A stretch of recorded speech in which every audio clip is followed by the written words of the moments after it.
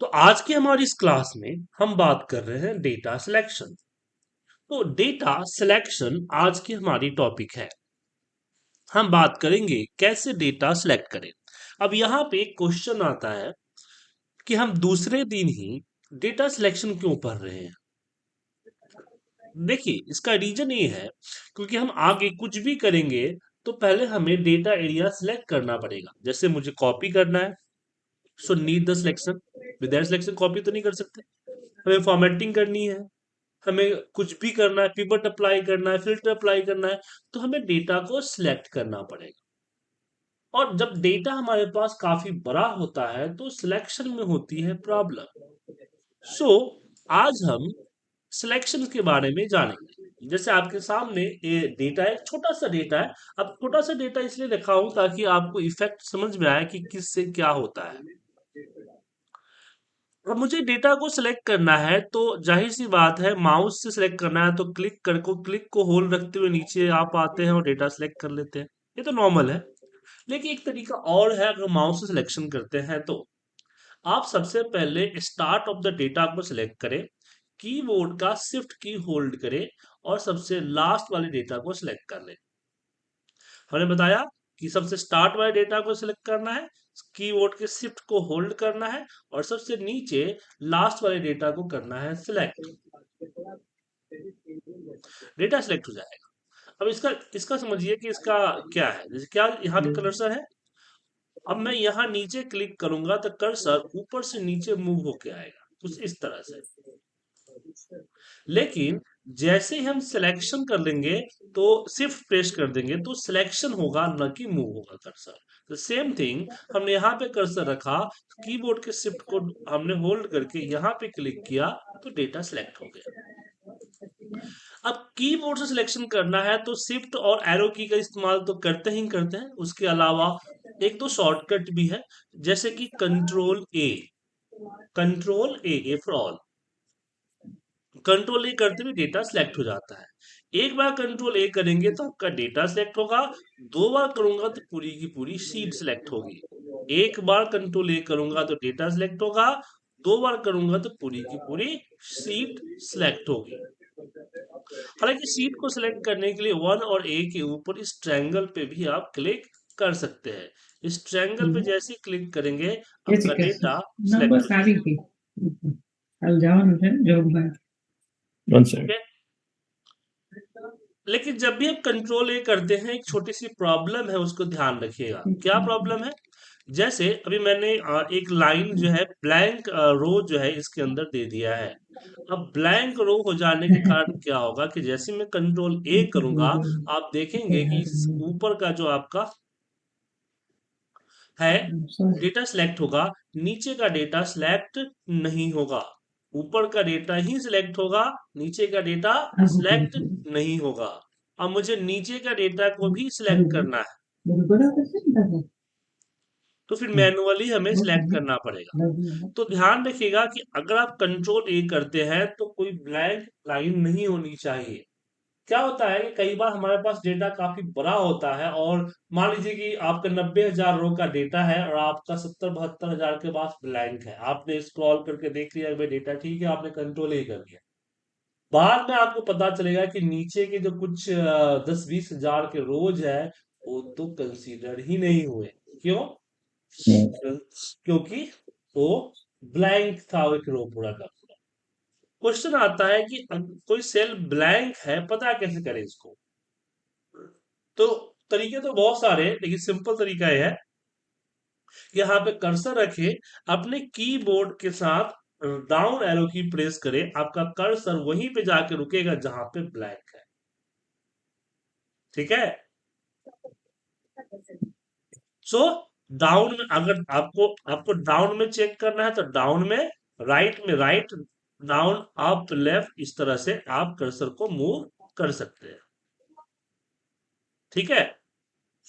तो ये क्या होता है, इस Mhm. सीरीज को मेंटेन करता है। जैसे यहाँ पे कर्सर है, अगर मैं कंट्रोल के साथ डाउन एरो प्रेस करूं तो फिल सीरीज, मतलब जो नंबर फिल है, फिल सेल को मेंटेन करेगा, जहां पे उसको ब्लैंक दिखेगा वहीं पे जाके रुक जाएगा, क्योंकि वहां पे सीरीज ब्रेक हुई है।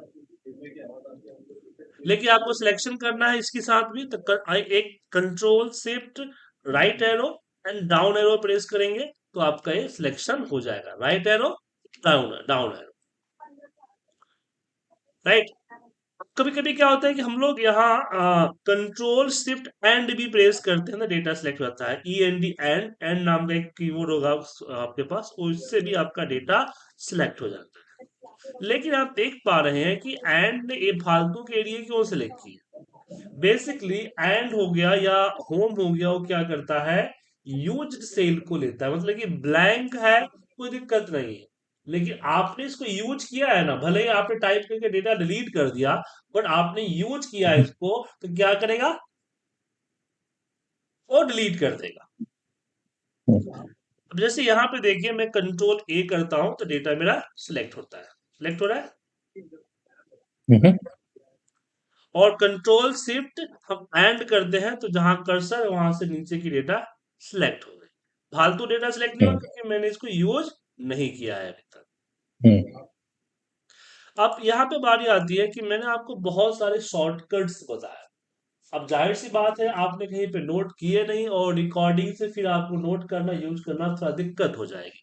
तो मैंने आपको सिलेक्शन से रिलेटेड सारे शॉर्टकट्स की लिस्ट मैंने दी है। क्लास के बाद ये फाइल आपको भेज दूंगा, तो आप आराम से बैठ के इसकी प्रैक्टिस कर लीजिएगा।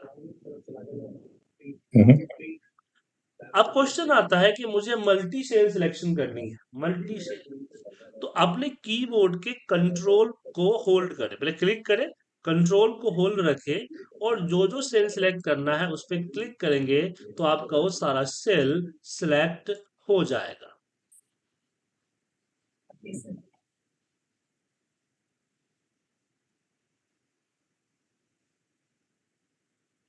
इस तरह से देखिए सिलेक्ट हो जाएगा।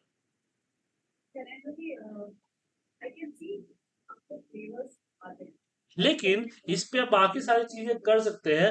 आप कॉपी नहीं कर सकते। क्या नहीं कर सकते? कॉपी नहीं कर सकते।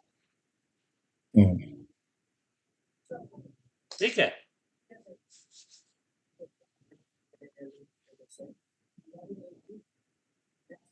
लेकिन जब आपको कॉपी करना हो तो एक सीक्वेंस को फॉलो करना होता है। जैसे आप एक क्लिक किए और हमने अपने कीबोर्ड को कंट्रोल को होल्ड किया।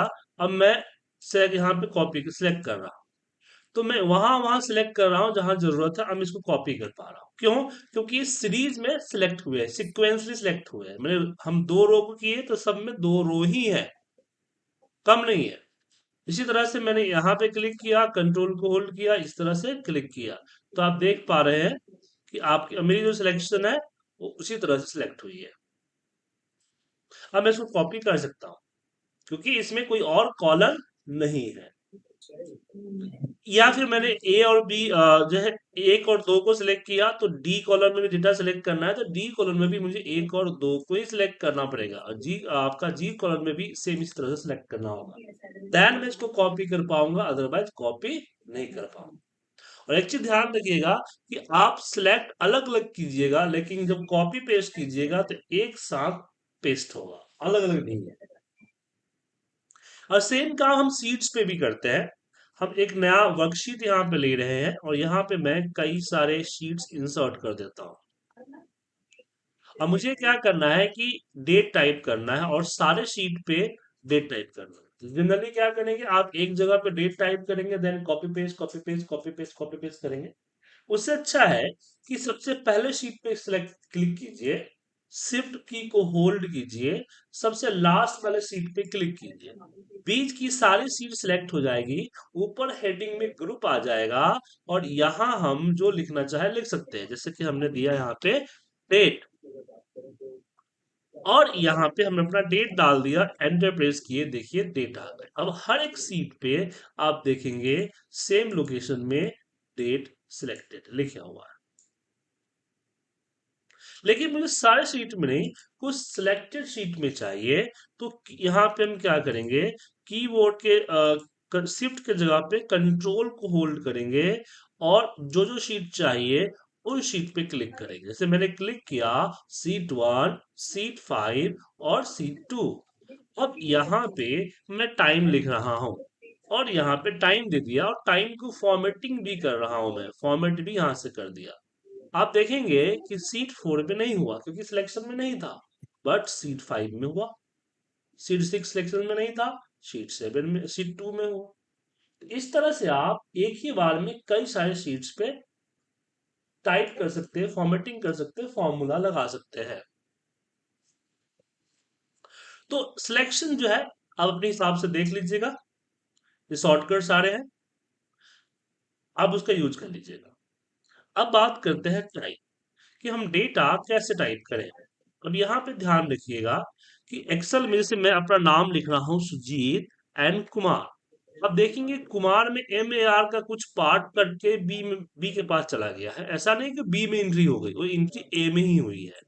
क्या होता है कि एक्सेल में कोई भी वैल्यू सेल के अंदर कंटेन होता है, मतलब कि एक तरह से खाने बने होते हैं, बिल्कुल उसी तरह क्या बोलते हैं, जो लॉकर्स होते हैं ना, लॉकर्स सामने दिखते Mm-hmm. छोटे हैं लेकिन अंदर काफी लंबे होते हैं, Yep. सेम उसी तरह से ये लॉकर की तरह होता है कि आप इसके अंदर जो भी टाइप करते हैं अंदर आता है, बाहर नहीं दिख रहा है क्योंकि कॉलम साइज नहीं है। कॉलम की साइज को बढ़ाएंगे तो पूरा दिखेगा।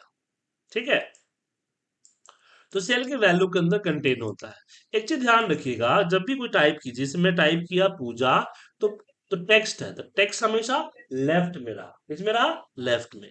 लेकिन यही मैं 500 लिखूंगा तो क्या हो जाएगा, राइट में आ जाएगा। तो जब भी कोई टेक्स्ट टाइप होता है तो हमेशा लेफ्ट में होता है, लेकिन जब हम कोई वैल्यू नंबर टाइप करते हैं वो हमेशा राइट में होता है, एक इंडिकेशन देता है। हालांकि मैं लेफ्ट राइट मीन अपने हिसाब से जहां करना चाहूं हम नंबर टेक्स्ट को कर सकते हैं, लेकिन डिफॉल्ट जो है लेफ्ट में होता है। लेकिन अगर आपने कभी लिख दिया नंबर के साथ किसी तरह का टेक्स्ट, तो ये टेक्स्ट कहलाता है। मतलब इसके ऊपर हम किसी भी तरह का कोई कैलकुलेशन नहीं कर सकते। समझे? Yep. कोई कैलकुलेशन नहीं कर सकते इस पे। अब ऐसा क्यों बता रहा हूं कि कभी कभी लोग क्या करते हैं, जैसे कुछ लोग क्या करते हैं कि 5 फीट, 6 फीट, 10 फीट, 20 फीट, इस तरह से लिख देते हैं। अब इस तरह से लिखने से प्रॉब्लम क्या हुआ कि मैं इनका सम नहीं कर सकता, क्योंकि FT जो आपने लगा दिया तो क्या बन गया, टेक्स्ट बन गया। तो इसका टोटल करना है, सम करना है, कैलकुलेशन करना है, हम नहीं कर पाएंगे। ठीक है, लेकिन अगर आपको कैलकुलेशन करना है तो आपको दो तरीके करना पड़ेगा, दो दो तरीके। एक कि आप दो कॉलम यूज कर ले, 5 फीट इस तरह से, 6 फीट, 10 फीट एंड 20 फीट, इसको हम सम कर सकते हैं।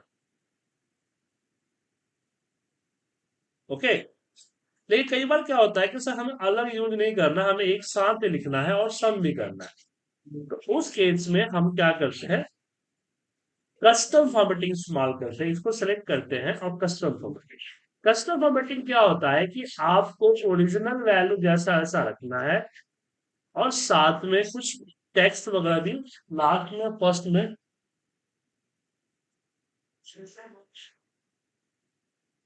करना है।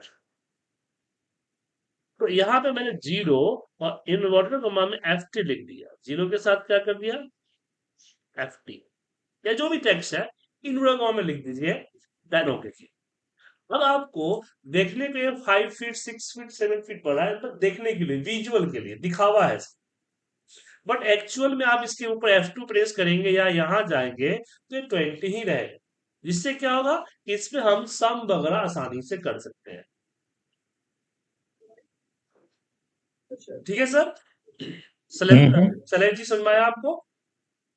समझ में, अगर उसको हमें टेक्स्ट को पहले करना है और न्यूमेरिक को बाद में करना है तो उसका हाँ, तो जीरो के तो आगे रिवर्स कर पीछे कर देंगे, राइट? दीजिए। हमने यहाँ पहले जीरो लगाया है ना, आपको बाद में हाँ, करना उसको है, बाद में कर देंगे। बाद में जीरो लगा दीजिए। जीरो देना ओके। पड़ेगा, जीरो देना पड़ेगा, हाँ। क्यों? जीरो नहीं न्यूमेरिक। देंगे तो आपको टेक्स्ट शो ही नहीं होगा। सॉरी, टेक्स्ट सिर्फ शो होगा, नंबर शो नहीं होगा। जैसे जीरो हटा दिया ना मैंने, तो सिर्फ एफटीएफटी शो हो रहा है, नंबर नहीं शो हो रहा है। नंबर है जरूर है, ऐसा नहीं डिलीट हो गया है, लेकिन वो छुप हाँ, गया। बिल्कुल उसी तरह जैसे कोहरे में सूरज छुप जाता है, और हम समझते हैं कि अंधेरा हो गया, बट अंधेरा थोड़ी हुआ है, कोहरे में छुपा हुआ है। अच्छा, अगर क्वेश्चन है मेरा यहाँ पे, हम्म, उसके बाद में अगर आप जीरो टाइप करें तो फिर आ जाएगा। देखिए आगे, ओके, परफेक्ट। इसके बारे में हम और आपको जितनी स्पेस रखेंगे दो उतनी क्लास, पेस आ जाएगी ना। हाँ, ये बस ओवरव्यू कर रहा हूँ मैं, इसकी डिटेल क्लासेस हम कुछ दिनों बाद लेंगे आपके साथ। हाँ जी, हाँ जी, ओके। ठीक है, बस बता रहा हूँ कि कभी जरूरत पड़ी तो ऐसे कर सकते हैं। ठीक है ना, हाँ इस जी। तरह से मत कीजिएगा। जिसपे हम्म, कैलकुलेशन होना है, उस नंबर के साथ कभी भी किसी भी तरह का लेटर ऐड नहीं करना है। ओके। समझ गए? डायरेक्ट एंट्री हम्म, इस तरह से नहीं करना है, कभी भी नहीं। ये नियम है, क्या बोलते हैं उसको, ब्रह्म वाक्य है, हम्म, वरना फिर नहीं होगा, इसकी कैलकुलेशन नहीं होगी। यहाँ पे आगे बढ़ते हैं, हम बात करते हैं अब डेट टाइप करने की। तो डेट टाइप करने से पहले आप चेक करें कि आपका सिस्टम का डेट फॉर्मेट क्या है। देखिए यूएस वगैरह में तो होता है MMDDYY, राइट? मतलब अगर यूएस यस, में मुझे डेट लिखना है, आज का डेट लिखना है, तो पहले 2 लिखूंगा, फिर /12 लिखूंगा। करेक्ट। लेकिन इंडिया में डेट का टाइम होता है मेथड DDMMYY, तो 22/2। लेकिन वो डिपेंड करता है, आप इंडिया में हो यूएस में, उससे मतलब नहीं, डिपेंड करता है कि कंट्रोल पैनल की रीजनल सेटिंग क्या है आप। ठीक है, हम्म, अगर रीजनल सेटिंग आपकी अगर इंडिया है तो डेट फॉर्मेट ये रहेगा, रीजनल सेटिंग आपका यूएस है तो डेट फॉर्मेट यूएस के हिसाब से रहेगा। तो उसका चेक करने का सबसे अच्छा तरीका है कि नीचे जो आपका टाइम दिख रहा है, उस टाइम को देखो कैसे दिख रहा है। अगर वो MMDDYY दिख रहा है तो MMDD फॉर्मेट। अब ऐसा क्यों कर रहा हूं? क्योंकि क्या होता है, जैसे मान लीजिए कि मेरा डेट का फॉर्मेट है DDMYY, तो मुझे मान लीजिए कि 7 फरवरी आपको लिख के भेजना है। तो मैंने क्या किया, 7/2 टाइप किया और आपको लिख के भेज दिया 7 फरवरी। लेकिन जैसे आपके सिस्टम पे जाएगा, ये हो जाएगा 2 जुलाई। समझे? क्योंकि यप, मेरा यप। जो मंथ है वो आपके यहाँ डेट बन जाएगा, और डेट जो है मंथ बन जाएगा। समझ गए? तो कभी यप। आपको इस तरह की डेट फॉर्मेट भेजनी पड़ी, किसी को डेट भेजनी पड़ी, और आप में कंफ्यूजन हो रहा है कि डेट कैसा होगा, तो उस केस में आप एक दो तरीके, या तो आप अलग अलग भेज दें, क्या 7/2/2022 इस तरह से भेज, अलग अलग से, या फिर क्या करें, डेट का फॉर्मूला लगाए, डेट 2022, 23 दूसरा महीना और 22 तारीख, एंटर प्रेस कीजिए, रिजल्ट आपके सामने। अब ये किसी भी डेट फॉर्मेट में जाएगा तो अपना डेट चेंज नहीं करेगा। ठीक है, और उसी तरह से टाइम होता है, जैसे मुझे आज का टाइम, अभी का टाइम डालना है, तो 8:29 में टाइप कर दूंगा, एंटर प्रेस करूंगा, 8:29 आ जाएगा। लेकिन मुझे डेट और टाइम दोनों साथ में लिखना है, तो मैं लिखूंगा 22/2 स्पेस 8:30 और एंटर प्रेस करूंगा। ये डेट एंड टाइम दोनों इकट्ठे हो जाए। ठीक है, लेकिन यही मैं शाम को 6 बजे लिखने वाला हूँ, शाम को 6 बजे। तो शाम को 6 बजे का टाइम लिखेंगे, तो इसमें आपको AM PM देना पड़ेगा, अदरवाइज बाय डिफॉल्ट वो PM AM ले लेगा। तो इसलिए मुझे यहाँ पे स्लैश स्पेस देके PM लिख के एंटर प्रेस करना पड़ेगा, तब जाके वो 6 PM बनेगा। और AM PM अगर लिखते हो ना तो सर, तो मैं आपसे ये करूंगा, यहाँ पे PM कर देते। मैंने क्यों बोला ऐसा? हमने आपको, आई थिंक आपने ध्यान नहीं दिया, हमने बोला कि टाइम में PM PM लिख रहे हो, तो आप PM AM को स्मॉल लेटर में लिखे, किसमें लिखे? स्मॉल। Small letter. और एंटर मारते वो कैपिटल हो जा रहा है, इसका मतलब उसने डेट टाइम के फॉर्मेट को रिकॉग्नाइज कर लिया है। ऐसा क्यों बोल रहा हूं? क्योंकि इस पे कैलकुलेशन वगैरह करने के लिए चाहिए होगा। जनरल कीजिएगा तो ये देखिए डेसिमल बन गया। टाइम क्या होता है एक्सेल में, क्या होता है, 1 = 24 आवर। 1 = 24 आवर। और आपने अगर मान लीजिए 17 घंटे, 16 घंटे, 15 घंटे या 18 घंटे डाला, तो 1 को उसी हिसाब से वो डिवाइड कर देगा। 24 घंटे = 1 करके इस तरह से डिवाइड कर दिया है, ताकि उसी हिसाब से टाइम बने। ठीक है, कैलकुलेशन करने के लिए। अब इसमें आगे बढ़ते हैं, तो डेट एंड टाइम टाइप करना आ गया आपको। लेकिन अच्छा रहेगा कि आप जो है 24 घंटे वाला मेथड अपनाएं कि 18 बजे डाले, ऑटोमेटिक वो 6 बज जाएगा। ये भी आप डाल सकते हो टाइम। उसके बाद आता है रेफरेंस एंड फॉर्मूला। देखिए एक्सेल के अंदर में आप जो है, ये रहा आपका मैथमेटिकल कैलकुलेशन, इसको आसानी से यूज कर सकते हो।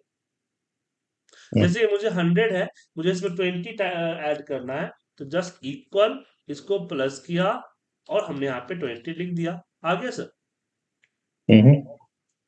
तो इस तरह की चीजें आप जो करें, जो चाहे वो कर सकते हैं।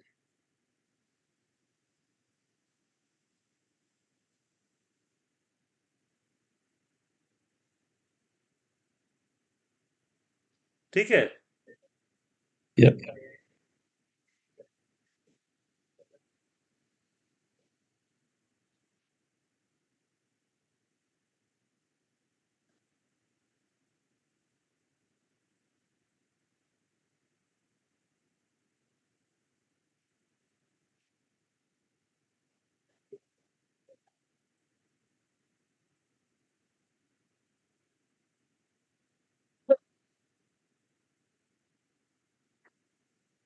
तो यहाँ पे कुछ नंबर्स हैं, मुझे सब में 20 ऐड करना है।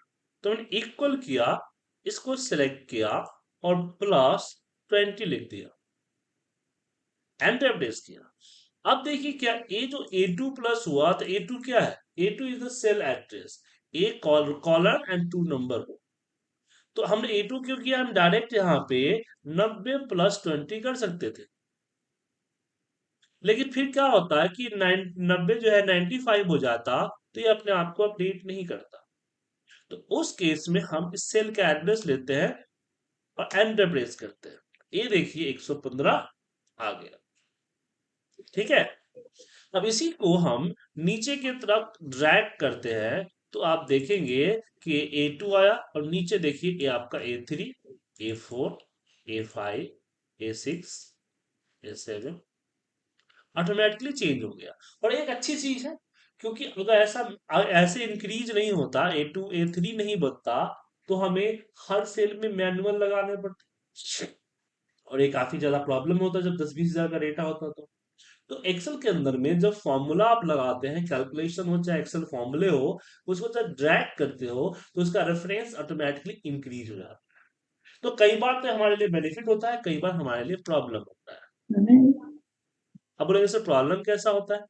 तो हमने क्या किया कि इस बार जो मेरा 20 है यहाँ पे था, तो मैंने क्या किया, इक्वल, इसको सिलेक्ट किया, इसमें प्लस 20 को ऐड कर दिया, मतलब A2 + D1। अब मैं इसको नीचे की तरफ ड्रैग करूंगा, तो क्या होगा? अब A2 A3 बनेगा, तो D1 भी तो D2 बन जाएगा। अब यही पे प्रॉब्लम हो गई कि D1 तो हमारा फिक्स है। अब यहाँ पे रिजल्ट गलत आ रहा है। तो ऐसे केसेस में मैं चाहता हूं कि जब मैं नीचे ड्रैग करूं, तो 1 हमारा फिक्स रहे, 1 हमारा 2 ना बने। तो इसके आगे हम डॉलर का साइन लगा देंगे। क्या लगा देंगे? डॉलर का साइन।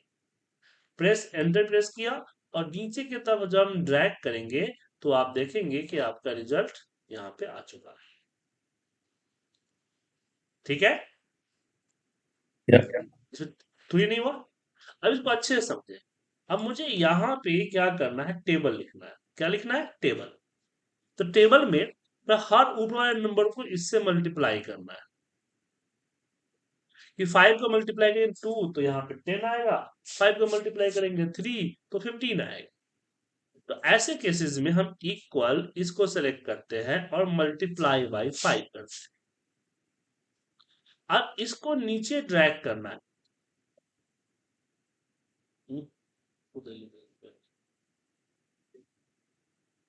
तो यहाँ पे 30 आ गया, 5 3 जा 30, ये तो गलत हो गया।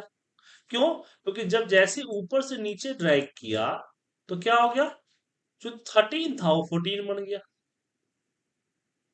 13 को 14 तो बनना था, बट D12 D11 13 हो गया। तो इसको मैंने कर दिया फ्रीज। अब क्या होगा कि अब मैं नीचे ड्रैग करूंगा तो अब मेरा सही आएगा। लेकिन जैसे ही मैं 7 के टेबल के लिए आगे करूंगा तो वहां पे प्रॉब्लम हो जाएगी, 70 आ गया। क्योंकि जैसे ही इसको ड्रैग करूंगा सी जो है डी बन जाएगा, जो कि नहीं बनना चाहिए। तो सी को फ्रीज कर दिया। अब इसको आगे ड्रैग करेंगे तो आप देखेंगे कि मेरा रिजल्ट सही आया। समझे? आगे चल के ये जो डॉलर वाला कंसेप्ट है ना, बहुत काम होने आने वाला है, क्योंकि फॉर्मूले में इसकी दबा की जरूरत पड़ेगी। ठीक है सर? यस। तो हमने सीखा सिलेक्शन, डेटा कैसे सिलेक्ट करते हैं। हमने सीखा शॉर्टकट्स के बारे में, कुछ सिलेक्शन शॉर्टकट। हमने सीखा डेटा टाइप करते समय क्या ध्यान रखना चाहिए, और हमने सीखा कि फॉर्मूला लगाते कैसे लगाएंगे, और फॉर्मूला लगाते समय हम जो रेफरेंस है उसमें डॉलर साइन को क्या यूज करेंगे। क्लियर है? यस। अब क्वेश्चन आता है कि सर आपने जो शॉर्टकट बताया कुछ लिमिटेड शॉर्टकट बता दी, मुझे पूरी की पूरी शॉर्टकट चाहिए, तो कहां से लाऊं? देखिए, इसलिए कहीं जाने की जरूरत नहीं है। आप अपने कीबोर्ड का F1 प्रेस करेंगे तो यहाँ हेल्प आ जाएगा। अभी हेल्प नहीं आ रहा है, कुछ प्रॉब्लम आ गया नेटवर्क में। ये हेल्प पे सर्च कर लेंगे ना तो आपको आपका मिल जाएगा शॉर्टकट। ठीक है? या ऊपर सर्च में जाए और यहाँ पर टाइप करें शॉर्ट कट्स। ये दिख रहा है आपको? Excel keyboard shortcut in Excel click करेंगे तो यहाँ आ जाएगा। यहाँ पे कुछ अभी प्रॉब्लम चल रही है सर, इसलिए नहीं आ रहा है, बट यहाँ पे सारा शॉर्टकट लिस्ट आ जाएगा। आप चेक कीजिएगा, आपके पास आ जाएगा। ठीक है सर? ठीक। अब आती बारी आती है कि क्लास के बाद की प्रोजेक्ट। तो मैं अभी आपको प्रोजेक्ट में दे रहा हूं एक कैश मेमो। आपको एक सिंपल सा कैश मेमो बनाना है, इसकी अमाउंट को करना है कैलकुलेट।